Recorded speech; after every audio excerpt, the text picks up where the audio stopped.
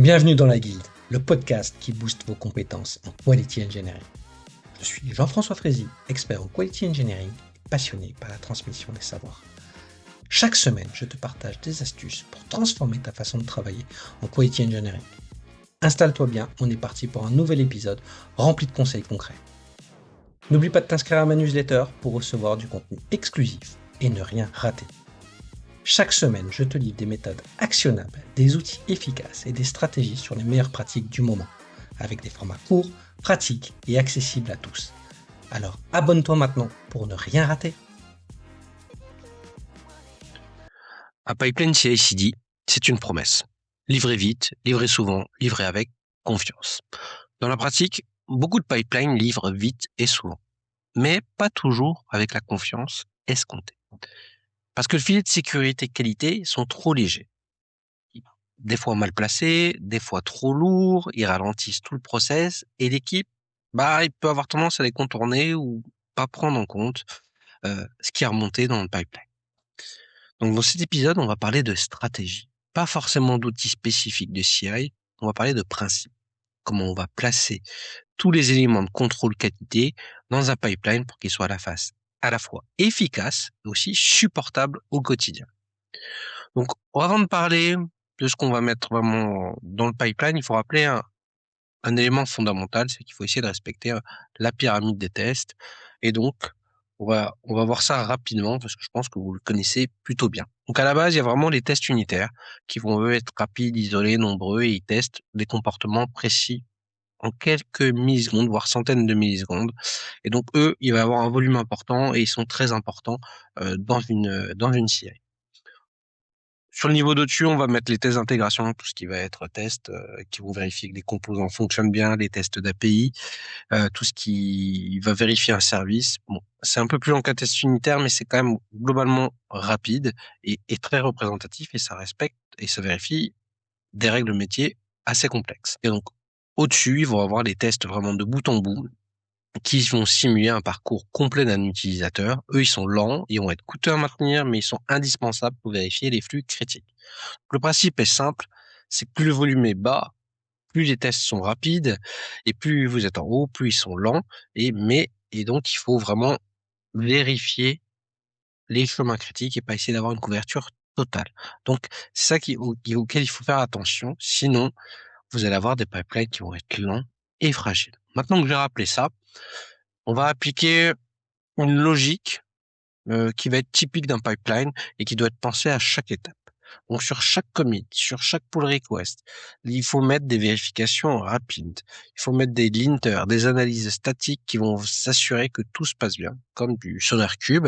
Et il faut que vos tests unitaires, ils soient un succès et qu'ils puissent être déroulés très rapidement pour que les développeurs aient un feedback le plus rapide possible.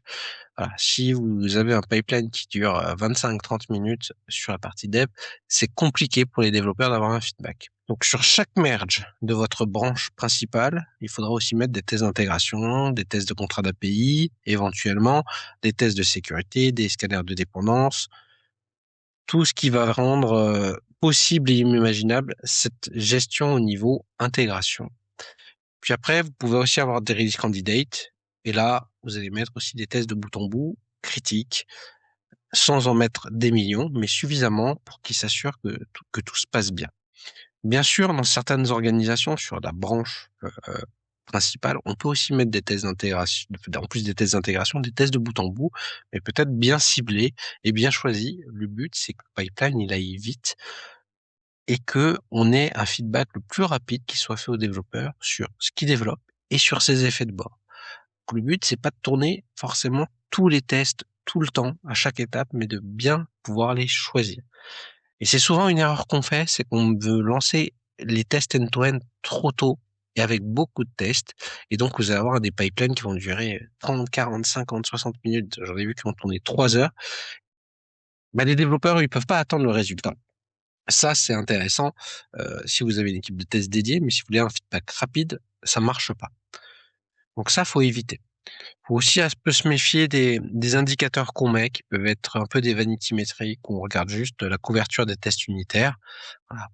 Essayez plutôt de regarder ce qui pilote votre risque. Est-ce que j'ai bien les parcours critiques? Est-ce que je suis sûr que ce que je vais tester teste bien les effets de bord? Est-ce que je suis efficace? Et ça dépend vraiment du contexte. Et bien sûr, il faut traquer et tacler tous les tests qui vont être flaky, donc qui vont échouer de manière aléatoire. Donc ça, c'est le pire des cas, c'est de se dire, c'est normal qu'on ait 15, 20, 30% de tests KO en end-to-end, parce que c'est souvent en end-to-end.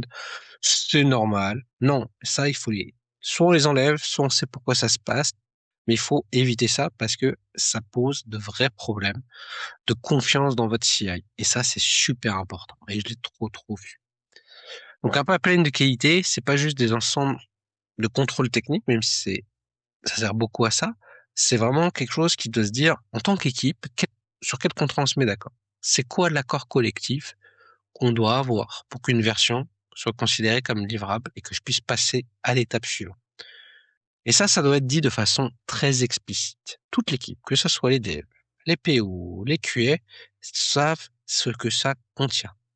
Chaque contrôle a un responsable identifié, chaque échec doit déclencher une action claire avec un porteur et pas une discussion sur qui fait quoi, comment. Bien sûr, ce contrat, il va évoluer dans le temps, en fonction de vos compétences techniques, de comment le produit, il évolue.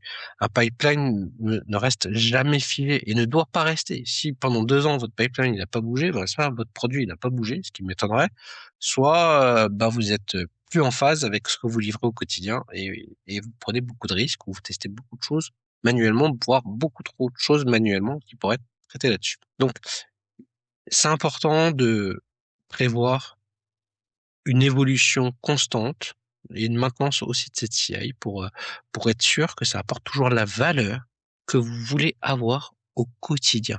Et ça, c'est indispensable. N'oubliez pas, l'essence même d'une CI, c'est qu'on ait des feedbacks rapides et qu'on n'ait pas forcément toujours une couverture qui soit à 100% totale, mais quelque chose qui soit un bon équilibre entre le risque et la valeur que ça va apporter et surtout que ça amène de la confiance. Donc n'hésitez pas à bien regarder tout ça et surtout, quand vous mettez des tests, n'attendez pas de dire j'attends d'en avoir 50 pour le mettre dans une pipeline. Il faut le mettre de façon immédiate pour avoir aussi ce feedback rapide qui vous permet de voir si vos tests aussi, ils sont bons, ils sont efficaces et ils apportent de la valeur. Un pipeline de qualité bien pensé, c'est celui qui va respecter votre contrat d'équipe, qui va permettre une rapidité d'exécution, qui va pas bloquer sur des choses inutiles et qui va permettre de détecter vos problèmes le plus tôt possible. Et c'est là que vous allez avoir la confiance qui va être apportée par votre architecture technique et votre organisation. Et ça se construit dans le temps, ça se construit de façon collégiale avec toute votre équipe et c'est l'une des choses les plus précieuses que vous devez mettre en place dans votre équipe. J'espère que cet épisode rapide vous a plu, n'hésitez pas à le partager et je te dis à très bientôt dans la guilde. Merci d'avoir écouté cet épisode. C'est grâce à toi que la guilde continue de grandir. Si tu as aimé, n'hésite pas à partager autour de toi et à laisser un avis 5 étoiles sur ta plateforme préférée.